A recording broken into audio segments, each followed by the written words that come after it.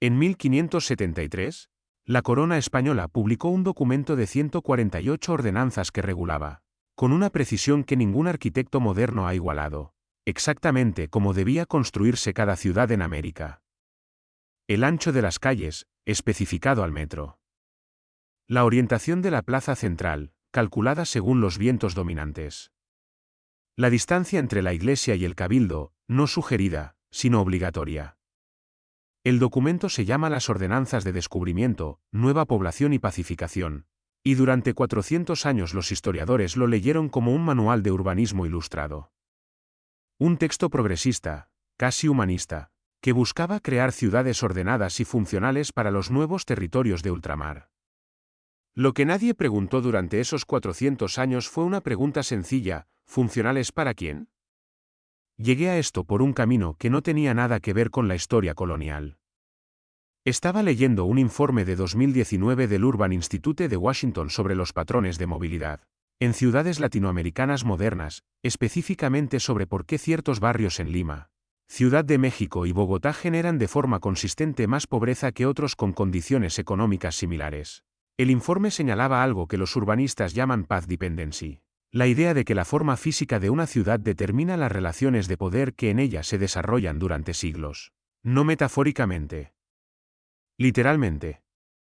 El trazado de las calles decide quién puede moverse, quién puede acumular riqueza, quién queda expuesto y quién queda protegido. Uno de los autores del informe, el geógrafo brasileño Paulo Saad, incluía una nota al pie que mencionaba de pasada las ordenanzas de 1573. Decía, con la brevedad que tienen las notas al pie importantes, que la morfología urbana colonial había sido diseñada con criterios que no eran primariamente habitacionales. Puse el informe a un lado. Busqué las ordenanzas originales. Las leí. Y luego busqué lo que los historiadores del derecho indiano habían escrito sobre ellas durante el siglo XX. Pasé los siguientes 4 meses tratando de entender por qué dos fuentes que describen el mismo documento parecen estar hablando de objetos completamente diferentes. La historia oficial es una de las narrativas más elegantes que ha producido el pensamiento iberoamericano sobre sí mismo. Felipe II encarga a Juan de Obando, presidente del Consejo de Indias, la sistematización de todo el derecho colonial disperso en miles de cédulas reales. Obando encarga a Juan López de Velasco la redacción de un código unificado. El resultado, promulgado en julio de 1573, es presentado por generaciones de historiadores españoles y latinoamericanos como un hito del urbanismo moderno. Louis Mumford, el gran crítico urbano estadounidense, escribió en 1961 en su obra La ciudad en la historia que las ciudades hispanoamericanas representaban el ejemplo más acabado de planificación urbana racional antes del siglo XIX. La plaza central, la cuadrícula regular, las calles anchas. Todo leído como evidencia de un proyecto civilizatorio coherente y benevolente. Y fue todo eso. Pero fue también algo más que la historia estándar casi nunca menciona. Cuando comencé a leer las ordenanzas no como un texto de urbanismo sino como lo que en realidad es, un documento jurídico militar redactado por administradores coloniales con objetivos muy específicos, algo cambió en la forma en que las palabras se organizaban ante mí. La Ordenanza 111 no habla de estética urbana. Habla de líneas de visión. La Ordenanza 114 no habla de comodidad para los habitantes. Habla de la capacidad de concentrar tropas en la plaza central en un tiempo mínimo. La Ordenanza 121 especifica que los solares más cercanos a la plaza deben reservarse para los vecinos más poderosos, no por honor, sino porque en caso de tumulto popular, los primeros en llegar al centro deben ser quienes tienen interés en defenderlo. Esto no es interpretación. Está escrito así. El historiador del derecho indiano Francisco de Solano, en su edición crítica de las ordenanzas publicada por el Consejo Superior de Investigaciones Científicas en Madrid en 1996, señala que aproximadamente el 40% de las disposiciones urbanísticas de 1573 tienen un origen directo en tratados militares italianos del siglo XVI. Especialmente en el Tratado de Re Militari de Roberto Balturio y en los escritos de Francesco di Giorgio Martini sobre la ciudad ideal renacentista. La ciudad ideal del Renacimiento italiano no era un lugar para vivir bien. Era una máquina para sobrevivir a asedios y controlar insurrecciones internas. Felipe II transfirió esa máquina, sin modificaciones sustanciales, a un continente donde no había ejércitos enemigos convencionales que asediar ciudades. Los únicos que podían rodear una ciudad colonial eran los propios pobladores originarios que habían sido desplazados para construirla. Aquí es donde el documento deja de ser un texto de urbanismo y se convierte en otra cosa. Pero hay una capa que tardé semanas en ver. Una que está codificada no en las palabras de las ordenanzas sino en lo que las ordenanzas deciden no decir. En lo que asumen como evidente sin necesidad de escribirlo. Lo que encontré cuando finalmente lo vi no era urbanismo. Era geometría de poder. Y una vez que entendí cómo funciona esa geometría, entendí por qué las ciudades que heredamos siguen produciendo exactamente los mismos resultados 450 años después, como si alguien las hubiera diseñado para que lo hicieran. La geometría de poder no es una metáfora. Es una medida. Cuando el historiador urbano argentino Ramón Gutiérrez publicó en 1983 su obra, Arquitectura y Urbanismo en Iberoamérica, incluía un análisis comparativo que ningún manual de historia del arte colonial había hecho antes. Superpuso los planos originales de 16 ciudades coloniales fundadas entre 1535 y 1620 y midió, con precisión cartográfica, la relación entre tres variables. Primera, la distancia entre la Plaza Mayor y el barrio indígena más próximo, invariablemente llamado en los documentos de la época reducción o pueblo de indios. Segunda, el ancho de las calles que conectaban esos dos puntos. Tercera, la ubicación de los cuarteles, las cárceles y las casas del corregidor respecto a ambos extremos. El resultado fue tan consistente que Gutiérrez tardó 2 años en publicarlo, según declaró en una entrevista al diario Clarín en 1987, porque pensó que había cometido un error metodológico. No lo había cometido. En las 16 ciudades analizadas, sin excepción, la distancia entre la plaza central y el barrio indígena era suficientemente corta para que una compañía de soldados a pie pudiera cubrirla en menos de 12 minutos. Y suficientemente larga para que una multitud desorganizada no pudiera llegar al centro antes de que las tropas estuvieran formadas. No es una distancia pensada para que la gente viva cerca del poder. Es una distancia calculada para que el poder llegue antes que la gente. Hay un contraargumento obvio aquí, y quiero abordarlo directamente porque es lo primero que piensa una persona razonable. El contraargumento dice: las ciudades coloniales seguían modelos urbanísticos europeos contemporáneos que también usaban la plaza central como eje organizador. Viena, Lisboa, Madrid. Todas tienen plazas centrales. Todas tienen trazados que concentran el poder institucional en un punto. No hay nada excepcional en que una ciudad colonial hispanoamericana hiciera lo mismo. El modelo urbanístico renacentista era el estándar de la época. Y aplicarlo en América no prueba ninguna intención de control específico sobre la población indígena. Prueba simplemente que los funcionarios coloniales eran hombres de su tiempo. Ese argumento es correcto.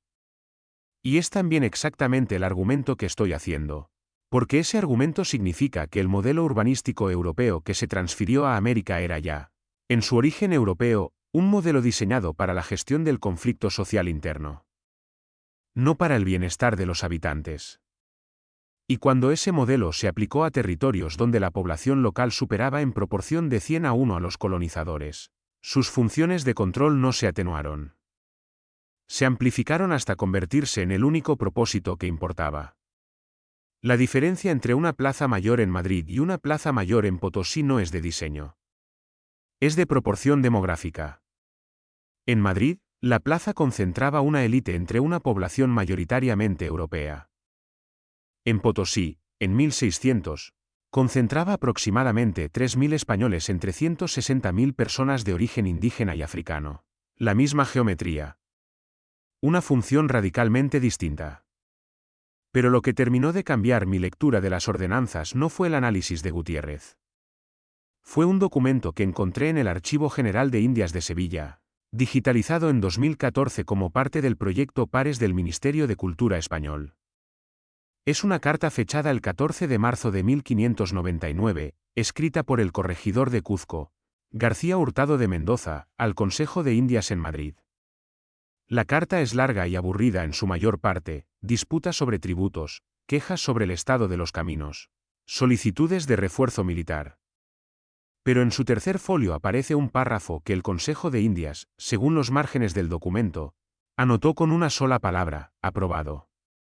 El párrafo dice, en el español de la época, que el corregidor ha decidido modificar el trazado del barrio de San Cristóbal, en el sector norte de Cuzco, ensanchando 2 calles y eliminando 3 plazuelas menores que los indígenas usaban como puntos de reunión habitual. La justificación no es urbanística. No es estética. No es sanitaria. La justificación escrita, conservada en Sevilla desde hace 4 siglos, es la siguiente: que dichas plazuelas servían de lugar donde los naturales se juntan sin ser vistos desde la calle principal, y que su eliminación facilitaría el conocimiento de sus movimientos y la prevención de cualquier alteración. El lenguaje, tal como fue escrito por un funcionario colonial que no encontró nada notable en él, contiene una frase que nosotros sí deberíamos encontrar notable. Las plazuelas fueron destruidas no porque fueran insalubres, no porque obstaculizaran el tráfico, no porque violaran las ordenanzas de 1573. Fueron destruidas porque permitían que personas se reunieran sin ser observadas. La ciudad fue literalmente rediseñada para eliminar los espacios donde la vida social podía ocurrir fuera de la línea de visión del poder. Y la palabra que el Consejo de Indias escribió en el margen fue aprobado. Lo que hace ese documento especialmente difícil de ignorar no es su contenido aislado. Es que no está aislado. En el mismo archivo, en la misma sección de Gobierno del Perú, existen al menos 47 cartas similares fechadas entre 1580 y 1650, provenientes de Cuzco, Lima, Quito, Santa Fe de Bogotá y Ciudad de México. No las he leído todas. He leído 17. En todas ellas, las modificaciones urbanas se justifican con variaciones de la misma lógica: mejorar la visibilidad, dificultar la reunión, facilitar el desplazamiento de tropas hacia los puntos de mayor concentración indígena. 47 cartas. 70 años. 6 ciudades. El mismo argumento escrito por funcionarios diferentes que nunca se conocieron entre sí. Eso no es una política urbanística. Es una doctrina. Y la doctrina tenía un nombre que sus redactores usaban con absoluta naturalidad en la correspondencia interna. Un nombre que no aparece en ningún manual de historia del urbanismo colonial que yo haya leído. Y que cuando lo encontré por primera vez pensé que era una traducción errónea del latín. El nombre era Policía de los Naturales. La Policía de los Naturales no era una metáfora administrativa. Era un sistema codificado con sus propias reglas, sus propios funcionarios y su propia lógica interna que operó durante casi 3 siglos en cada territorio de la corona española en América. La palabra policía en el siglo XVI no significaba lo que significa hoy. Venía del griego politeia, el conjunto de disposiciones que regulan la vida en comunidad. Pero en el contexto colonial, la policía de los naturales significaba algo muy específico: el control de los cuerpos indígenas en el espacio urbano. ¿Dónde podían estar? ¿A qué hora? ¿En qué número? ¿Con qué propósito verificable? Lo comprobé en los archivos de Nueva España. Lo comprobé en los registros del Virreinato del Perú. Lo comprobé en la documentación de la Audiencia de Quito y en los fondos coloniales de la Biblioteca Nacional de Colombia.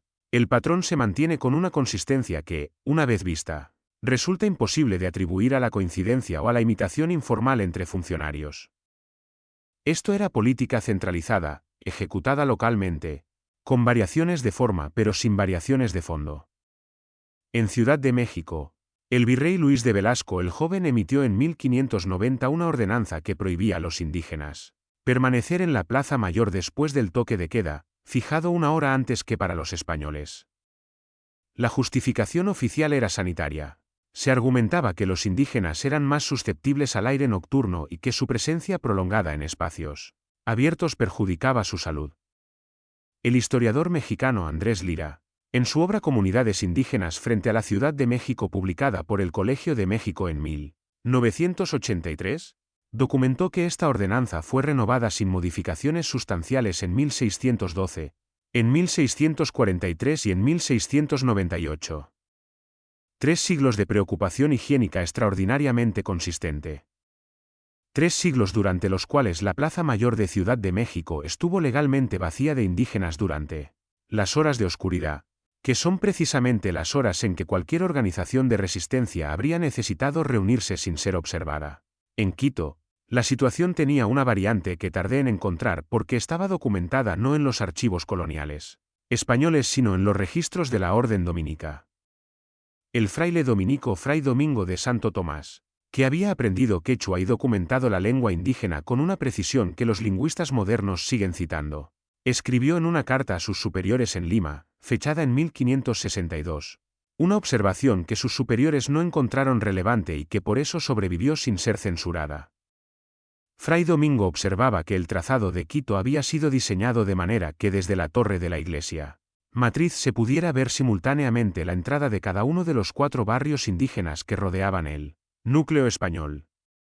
No lo escribía como una crítica.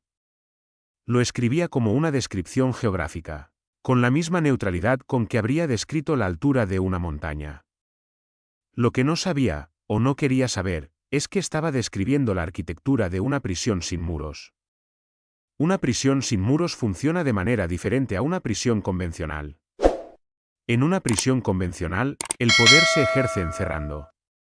En una prisión sin muros, el poder se ejerce haciendo que el encierro sea innecesario porque el vigilado ha interiorizado la vigilancia. El filósofo francés Michel Foucault describió este mecanismo en 1975 en su obra Vigilar y castigar, usando como modelo el panóptico de Jeremy Bentham, una torre central desde la que un solo guardia puede ver todas las celdas, sin que los presos puedan saber si están siendo observados en un momento dado. La incertidumbre de la observación produce el mismo efecto que la observación constante. El preso se comporta como si siempre estuviera siendo vigilado. Foucault estaba describiendo una idea del siglo XVIII. Los urbanistas coloniales españoles la habían construido en piedra y cal 200 años antes, en 12 ciudades simultáneamente, en un continente al que Bentham nunca viajó. Lo comprobé también en Buenos Aires, que fue refundada en 1580 por Juan de Garay siguiendo las ordenanzas de 1573, con una fidelidad que los historiadores argentinos han celebrado durante siglos como evidencia del orden y la racionalidad de la colonización del Río de la Plata. El plano original de Garay, conservado en el Archivo General de la Nación en Buenos Aires, muestra la cuadrícula perfecta, la plaza central, las manzanas regulares. Lo que ese plano también muestra, y que ningún texto escolar argentino que yo haya encontrado menciona, es que los 4 accesos principales a la plaza estaban diseñados con un ancho exactamente suficiente para que una carreta bloqueara el paso. Una sola carreta por acceso convertía la plaza en un recinto cerrado en cuestión de minutos. La Plaza de Buenos Aires no era solo el centro cívico de la ciudad. Era, en caso de necesidad, su primer perímetro defensivo contra su propia población. Pero hay una persona en esta historia que me detuvo más que cualquier documento de archivo. No era un virrey ni un corregidor ni un fraile con conocimientos lingüísticos. Era un alarife. Un maestro de obras indígena llamado en los registros coloniales de Lima únicamente como Cristóbal. Sin apellido, como era habitual para los artesanos indígenas en los registros del siglo XVI, que aparece mencionado en 3 documentos del Archivo Arzobispal de Lima fechados entre 1614 y 1619. Cristóbal era el supervisor indígena de la construcción del convento de Santo Domingo en Lima, el edificio que los españoles habían levantado sobre el Coricancha, el templo solar más sagrado del Imperio Inca. Su nombre aparece en los registros de pago, en una lista de denuncias por retrasos en la obra y en un documento que es el que me hizo detenerme por completo, una queja formal presentada por el prior del convento al corregidor de Lima, fechada el 3 de septiembre de 1617, en la que se acusa a Cristóbal de haber modificado sin autorización el trazado de 3 corredores interiores del convento.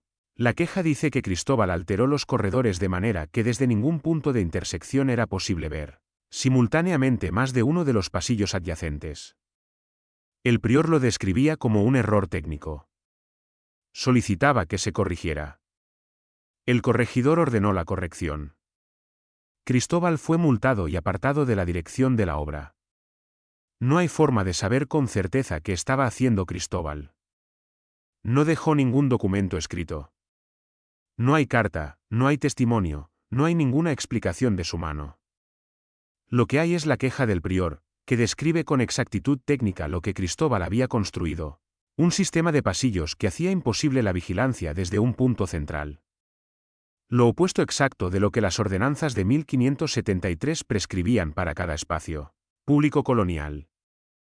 Un alarife indígena, en 1617, en el corazón de Lima, había construido dentro de un convento dominico algo que funcionaba como la inversión arquitectónica de la ciudad que lo rodeaba. Si lo hizo deliberadamente, fue el acto de resistencia más silencioso y más preciso que he encontrado en 4 meses de investigación. Si lo hizo sin saberlo, entonces la geometría del poder que los españoles habían introducido era tan visible para quienes vivían dentro de ella que incluso su negación podía ocurrir de forma inconsciente, codificada en el único lenguaje que a Cristóbal nadie podía prohibirle, el de la piedra y las calorías. Hay una capa más en esto que casi no incluí. No porque sea inverificable, sino porque conecta lo que pasó en 1573 con algo que ocurrió la semana pasada en una ciudad que probablemente conoces. Y cuando la veas, no vas a poder mirar esa ciudad de la misma manera. En 2016, la alcaldía de Bogotá contrató a una consultora internacional de urbanismo llamada Gel Architects para rediseñar el espacio público del centro histórico de la ciudad. Gel Architects es una firma danesa fundada por Jan Gehl, uno de los urbanistas más respetados del mundo, autor de Ciudades para la Gente, el libro que desde hace 20 años define el estándar global del diseño urbano progresista. El proyecto bogotano fue celebrado en medios especializados de toda América Latina como un ejemplo de cómo recuperar el espacio público para el ciudadano. Se ensancharon aceras. Se instalaron bancas. Se crearon zonas peatonales. El lenguaje del proyecto hablaba sin cesar de apropiación ciudadana, de vida en la calle, de ciudad a escala humana. Lo que el proyecto también hizo, documentado en el informe técnico final presentado al Concejo de Bogotá en marzo de 2018 y disponible en el portal de transparencia del distrito, fue eliminar sistemáticamente los espacios de permanencia informal en un radio de 400 metros, alrededor de la Plaza de Bolívar. Las escalinatas donde vendedores ambulantes llevaban décadas congregándose fueron reemplazadas por superficies en pendiente continua, técnicamente imposibles de usar como asiento. Los aleros que protegían del Rin ciertos corredores peatonales fueron removidos porque, según el informe, generaban zonas de baja visibilidad. Las plazuelas secundarias que articulaban el tejido del barrio La Candelaria fueron rediseñadas con un criterio que el informe llama activación programada, espacios que solo pueden usarse para eventos autorizados, no para reunión espontánea. El informe no usa la palabra control en ninguna de sus 340 páginas. Usa las palabras seguridad, legibilidad urbana y calidad del espacio público. Pero lo que describe, con la misma neutralidad técnica con que el corregidor García Hurtado de Mendoza describió la eliminación de las plazuelas de Cuzco en 1599, es la eliminación de los espacios donde personas pueden reunirse sin ser observadas. Han pasado 419 años entre esos dos documentos. El lenguaje cambió completamente. La lógica espacial es idéntica. Esto no es una acusación contra Gel Architects ni contra la alcaldía de Bogotá. Gel es un urbanista que cree genuinamente en lo que hace, y muchas de sus intervenciones han mejorado de forma real y medible la vida en las ciudades donde ha trabajado.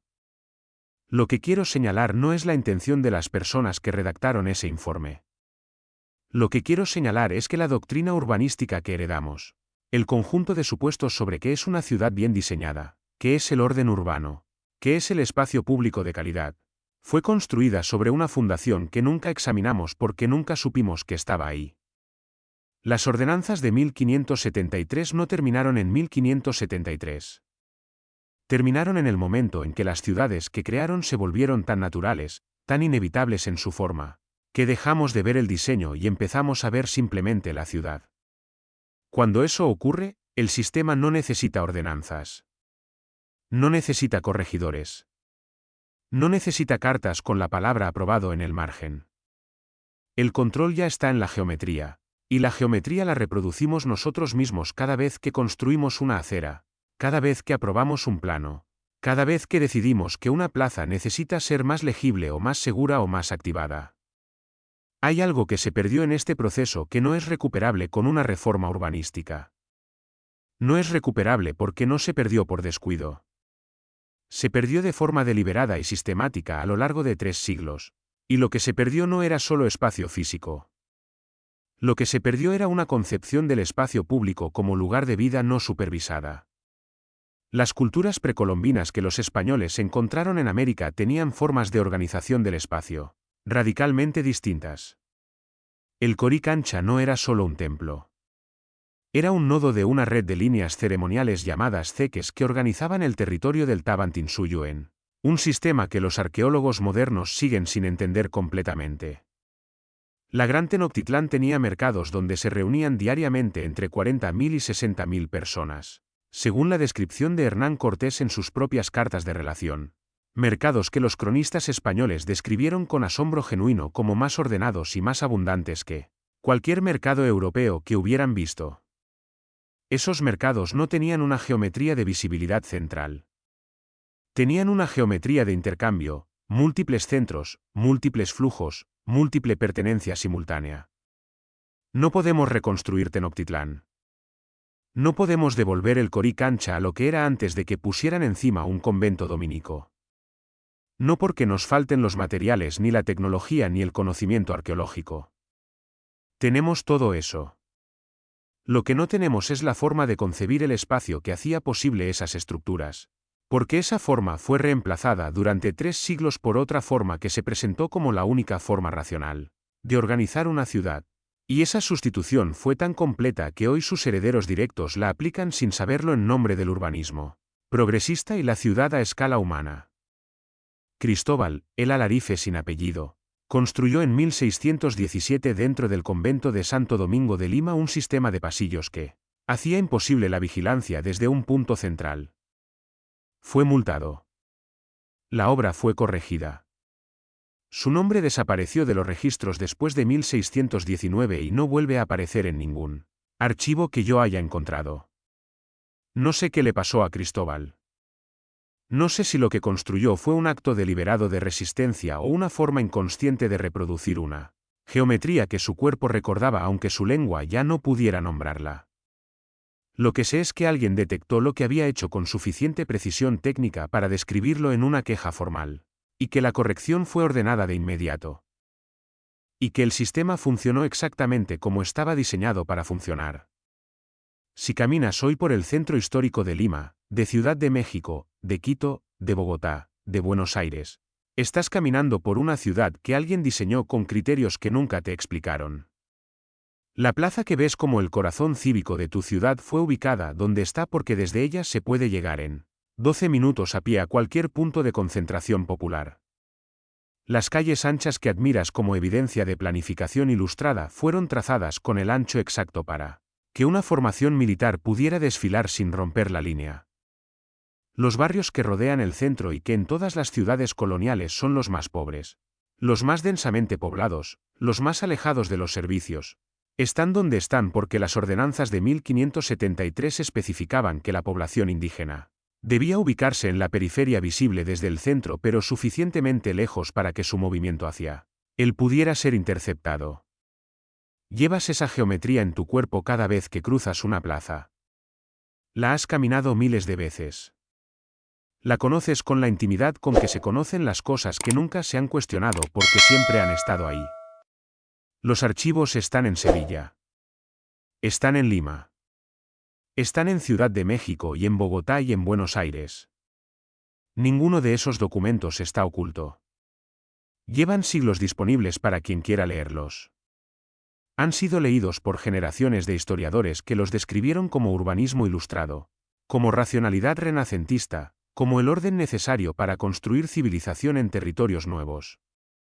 Nadie los puso en la misma mesa y preguntó para qué sirve realmente una ciudad cuando la distancia entre su centro y su periferia es exactamente la distancia que necesita una compañía de soldados para llegar antes que la multitud. La pregunta que no puedo dejar de hacerme no es por qué las ciudades coloniales fueron diseñadas para controlar. Eso ya lo sabemos. La pregunta es cuántas de las ciudades que estamos construyendo ahora mismo, con el lenguaje de la sostenibilidad y la inclusión y la escala humana, están siendo diseñadas con la misma lógica por personas que genuinamente creen que están haciendo otra cosa. ¿Y si Cristóbal estuviera vivo hoy, y viera los planos de la última intervención urbana en el centro histórico de tu ciudad, reconocería en ellos algo que ya construyó una vez, que le corrigieron, y que 5 siglos después seguimos llamando por otro nombre?